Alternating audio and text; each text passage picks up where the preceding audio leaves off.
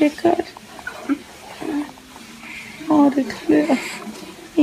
ইংল্যান্ডে শিশু টিকাদান কর্মসূচি নিয়ে বড় ধরনের সতর্কবার্তা দিয়েছেন বিশেষজ্ঞরা। নতুন পরিসংখ্যান বলছে প্রতি 5 জন শিশুর মধ্যে একজন স্কুলে ভর্তি হচ্ছে হাম, মাপস আর রুবেলার মতো সংক্রামক রোগের বিরুদ্ধে পর্যাপ্ত সুরক্ষা ছাড়াই। এই অবস্থায় আগামী জানুয়ারি থেকে প্রথমবারের মতো নিয়মিত যোগ হচ্ছে চিকেন পক্সের টিকা। তখন ডাক্তাররা একসাথে দেবেন হাম, মাপস, রুবেলা আর চিকেন পক্সের টিকা। বিশ্ব স্বাস্থ্য সংস্থা বলছে টিকা দানে অন্তত 95% কভারেজ দরকার, কিন্তু ইংল্যান্ডে কোথাও সেই হার পাওয়া যাচ্ছে না।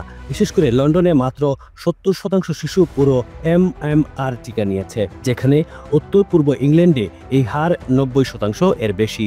জাতিগত সংখ্যালঘু কিছু গোষ্ঠীর মধ্যেও টিকা নেওয়ার হার কম, ফলে শিশুরা আরও বেশি ঝুঁকিতে পড়ছে।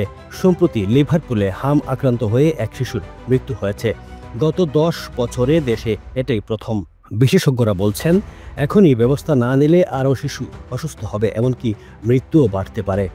স্বাস্থ্য প্রতিমন্ত্রী অভিভাবকদের অনুরোধ করেছেন সন্তানের টিকার রেকর্ড পরীক্ষা করতে, আর কোনো ডোজ বাদ থাকলে দ্রুত জিপির সঙ্গে যোগাযোগ করতে।